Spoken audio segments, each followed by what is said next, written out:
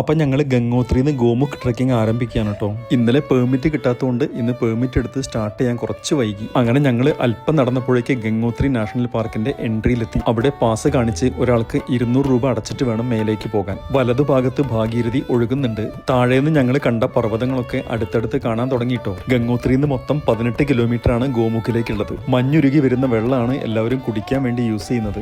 ദേവ്ഘട്ട് എന്നൊരു സ്ഥലത്തിന്റെ ബോർഡാണ് കേട്ടോ ഇത്.